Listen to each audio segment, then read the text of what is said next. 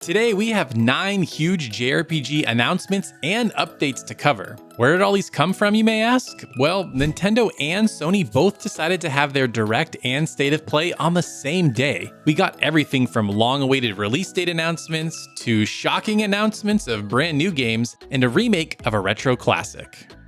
And if you like retro-inspired JRPGs, then you're gonna love the sponsor for today's video, Wandering Sword. This gorgeous HD 2D RPG was just released on Steam, and the development team are also giving away free Steam keys on their Twitter page. So for your chance to win, simply head over to the Wandering Sword Twitter page, and I'll leave a link to that in the description below. Wandering Sword offers a unique RPG experience, beautifully combining pixel art with the deep allure of ancient Chinese martial arts culture. Dive into the thrilling narrative of a young swordsman entangled in a personal feud. Explore a massive world from bustling towns to picturesque landscapes. You'll form bonds with martial artists, lend a helping hand to those in need, and hone a diverse array of martial arts skills and weaponry. Step into your destiny and embark on your path to become a legendary wuxia master you're destined to be. To check out Wandering Sword today, I'll leave a link to the Steam page in the pinned comment and the description below.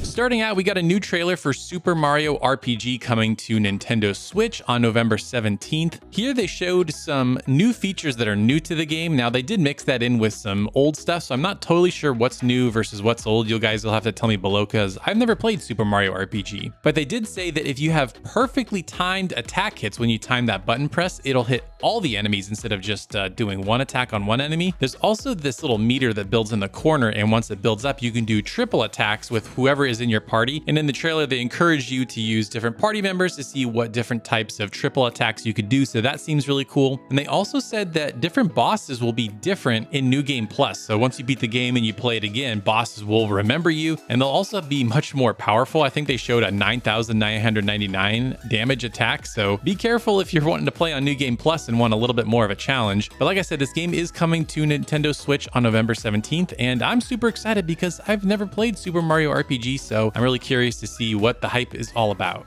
Next, we got the announcement of a brand new Saga game called Saga Emerald Beyond. Now, like past Saga games, you will have 6 different characters to play their stories through. So at the beginning, you can choose between 6 different characters, and they all seem wildly different. Like one, it's like a pop star singer that's a robot, a duo pair of characters, and then one character that controls puppets. So, they're getting pretty wild with their character designs and their character stories. And they did say that turn order is crucial in this combat system. So it has the turn order at all times on the bottom, and it seems like different abilities can kind of manipulate your turn order or what turn order the enemies go in. And you can even do tag team attacks to maybe even manipulate that further. I will say the game looks pretty colorful, very colorful, lots of bright colors, very saturated. However, it also looks very budget. The world map essentially just looks like a menu you're walking around. The dialogue is like stilted characters. They're not even animated with text boxes. So I don't know, this looks like another one of those mid-budget games that Square's probably going to regret that they put out. I'm really honestly shocked they're making another Saga game because I feel like the Saga series brand doesn't have any kind of, resonance with players today. So I think this might be the last Saga game if it doesn't do very well. But it is coming out in 2024, and it's unclear if it's a Nintendo Switch exclusive or not. I tried looking around and I couldn't find anything, but for now, it's only coming to Nintendo Switch.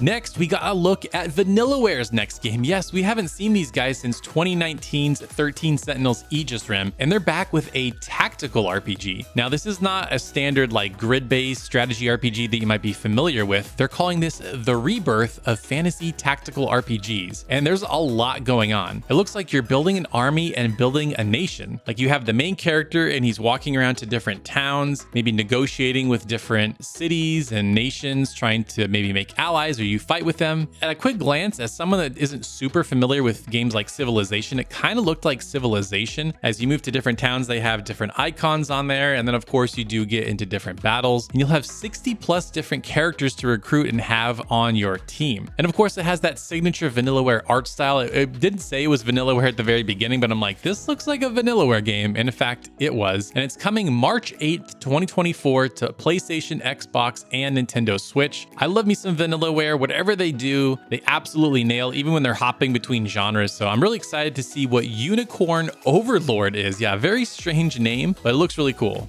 Next, we got an updated look at Eiyuden Chronicle 100 Heroes. Now, this game was supposed to come out in 2023, but it got delayed, and we haven't really heard anything since. But this new gameplay trailer was fantastic. It gave us a quick glance at the 3 main characters, as well as a giant look at your headquarters. Now, for anyone that's ever played a Suikoden game, you'll know that your headquarters is where all the action happens. As you recruit new characters, you build up this base, new features unlock, new shops unlock, and they showed it here, and it looks incredible. It looks absolutely huge. They showed some transitions of what it'll look like once you level it up and once it gets bigger. So I don't know. If I wasn't sold already for a Eiyuden Chronicle, I'm sold now because this headquarter feature looks incredible. And they got a release date announced of April 23rd, 2024. So it got pushed out pretty darn far, you know, a good 4 months into the year, but nice to see that they have a solid release date and it's still looking really great.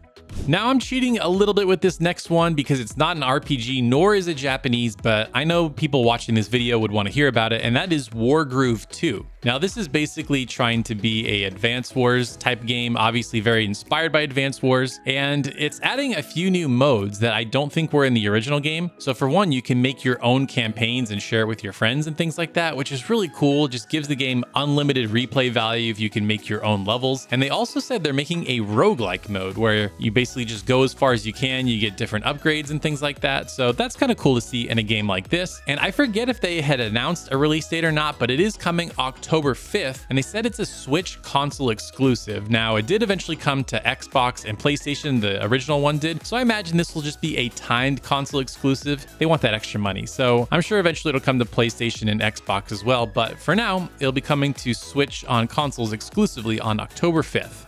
Now, to end the Direct was probably the biggest JRPG of the whole Direct, and that was a remake for Paper Mario: The Thousand-Year Door. Now, it looks pretty awesome. Now, when they started the trailer, it was just this book with the Mario star on it. I'm like, okay, we got something Mario, maybe Mario Odyssey 2, but now they've got Mario Wonder coming out. And I've never played The Thousand-Year Door before, so I wasn't sure if this was a new Paper Mario or if it was a remake. But then when they started showing those familiar locations, and it even says Thousand-Year Door in one of the dialogue boxes, and it looks so gorgeous. Like everything looks so detailed in HD, all the environments, the way things animate, it just looks incredible. And it's hard to tell if there's anything new. Like I said, I haven't played the original, but all they really said was that it's going to have new visuals, which were pretty obvious, and that it's coming in 2024. I gotta say, this was definitely the game I got most excited for in the whole Direct because I've never played it before and I don't own a GameCube. There's not a really great way to play that legally. And so the fact that they're doing this remake on a new console with new visuals, it looks fantastic. I'm super excited, and I hope you guys are as well.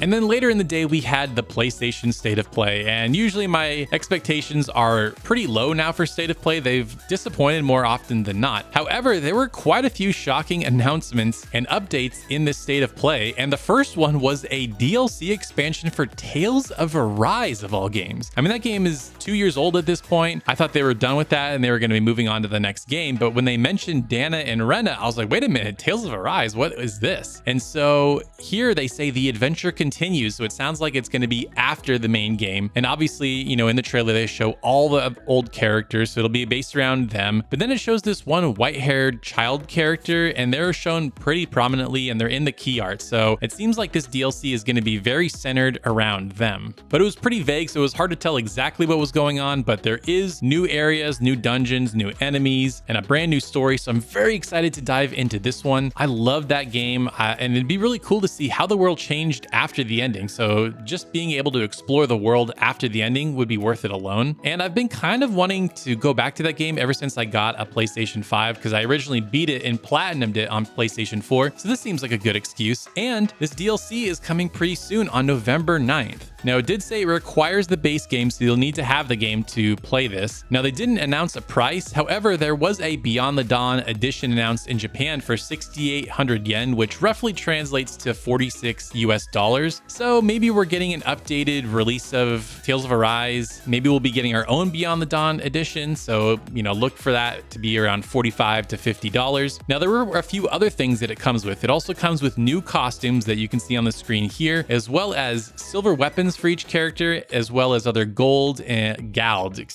and other items that you can use in the game. So very cool that Bandai Namco is updating this game. I feel like it's way too late. 2 years after the fact is kind of late, but nonetheless, really cool that they're getting more content for a great game.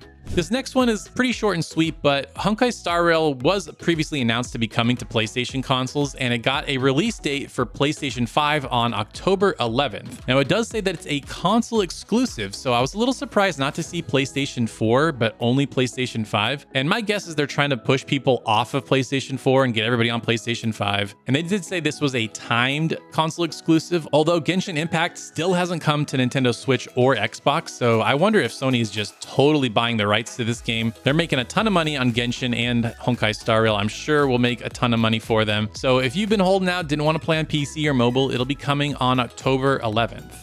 And last, but certainly not least, the biggest trailer of the day was a brand new trailer for Final Fantasy VII Rebirth. This had so much stuff to go through, so I tried to break it all down into all the minute details as possible, so let's go over what they showed. Now, it opened with a shot of Zack carrying Cloud, and there's some text on the screen that says, "The world will be saved, but will you?" Very ominous, very ominous. I wonder what that means. Very vague. And then we get a great shot of Cosmo Canyon from the outside. So cool to see that, from the outside. We saw a little bit of the universe globe amphitheater thing inside. We also get a shot of Junon Harbor with the marching mini game. I love that they still have that in there. And we get a great shot of Cait Sith and some gameplay. Now, of course, Cait Sith was probably the worst party member in the original Final Fantasy VII, so it's cool to see that Cait Sith looks to be, still pretty wacky and very different, but looks pretty fun. Now, one thing that people were wondering about Rebirth was, how are we going to traverse the world? Is it going to be fully open world? Is it going to be wide linear? Is the buggy going to even be in the game? Yes, the buggy is back. They show it for a very hot second, but the buggy is in the game, as well as 2 different colored chocobos that can do different things like climb mountains. Like the black chocobo is just straight up climbing the mountain vertically, which is kind of crazy. And then there's a flying chocobo. So there's going to be quite a bit of chocobo breeding, and the world is obviously going to be very big if we need the buggy and 2 different kinds of chocobos. So I'm really curious to see how much we can explore this game. And then Cloud is shown riding around on a little moped scooter thing around Costa del Sol. I'm guessing it looks like Costa del Sol, and he's in beach attire. So are we getting that beach episode? I think so. I think we might be able to get to see some girls in some bikinis. So let's see what happens. Now, this shot I'm pretty sure is Mideel, and the reason I say that is because it looks like the clinic at Mideel. Now, what's interesting about the fact that they're showing Mideel is that Mideel is really far into the game. That's pretty far into disc 2. So if they're showing Mideel, then I think Rebirth is going to be way bigger than we thought. Definitely bigger than I thought. I thought it was going to end around Nibelheim the first time we go back to Nibelheim, and maybe it would end around there. But we're way past that. We're like past Rocket Town, past Wutai. We're in Mideel. We're probably going to the Temple of the Ancients. So this game is going to be big. And then it shows a quick shot of fighting with Sephiroth, probably obviously in the flashback. And you do get to fight with Sephiroth in the original game, but I wonder if you get to control him here. So that would be really cool if we could play as Sephiroth in that flashback. Then we get some shots of the new summons. So here it shows Alexander, Kujata or Kajata, however you want to pronounce it, as well as Odin. And I'm sure there are many others. We're probably going to get Neo Bahamut, maybe a few others like Leviathan, but I'm sure they're going to save Knights of the Round for the last game, whatever they call it. Next, the thing that maybe got me the most excited was the gold saucer in all the mini games. This looks like they're going all out just like they did in Wall Market in the first game. So they're having all the mini games you'd expect. They've got chocobo racing, they have the fighting game, they've got the motorcycle game. So to me, showing all these different things like the buggy, the chocobos, all the gold saucer mini games, this just shows me that they're doubling down on going all in, bringing back everything that the fans love. So anybody that was worried thinking, I don't know, maybe they're not going to stay faithful, I feel like this trailer should calm all those concerns of yours. And then we get the tiniest little tease of Vincent. So Vincent is gonna be in the game. He's gonna join the party at some point. And then at the end, I thought, okay, is this the Northern Crater? Because we're fighting Sephiroth again, which is gonna get stale, I feel like. But the more I looked at it, it doesn't look like the Northern Crater. It looks like Midgar being destroyed. You can see Shinra Tower and lots of pieces of Midgar. And of course, it doesn't show Cait Sith, Vincent, or Cid. And obviously, Aerith is still in the party. So if we were in the Northern Crater the first time we go there, she wouldn't be there. So I don't know, maybe this is some kind of other flashback. I don't know what this is gonna be, but it's very interesting that we're going back to Midgar. Maybe it's Midgar the second time we go there. Not sure. You don't see the Sister Ray getting destroyed, so I don't know what this is. This could be something new. And we did finally also get a release date of February 29th, 2024. And they did say that they're also gonna be offering a twin pack with both games, both Rebirth and Final Fantasy VII Intergrade. And And weirdly enough, the standard edition and this twin pack are the exact same price. So if you didn't play the first game and you're just diving in for some reason in the second game, you can get the first one essentially for free. So I would just go ahead and get that twin pack edition if you haven't played the first game. And one thing I noticed is that the key art features Zack pretty prominently. So I feel like even though they didn't show Zack a ton in this trailer, I think we're going to get a heavy dose of Zack in this game. So for those of you that were thinking, maybe we're not going to see Zack a lot, I think he's going to be in the game quite a bit. Lots of cool games got updates and were announced. Which ones were you most excited about? Leave a comment down below. Let me know what you think. I'm super curious to hear what you thought of both the Nintendo Direct and today's State of Play. And special thanks to Reset Switch, Tyler Kuzawa, and the Miyazaki Man for supporting me over on Patreon. To get exclusive videos and other cool perks, consider supporting me over on patreon.com/thegaming shelf. Thank you so much for watching, and we'll see you next time.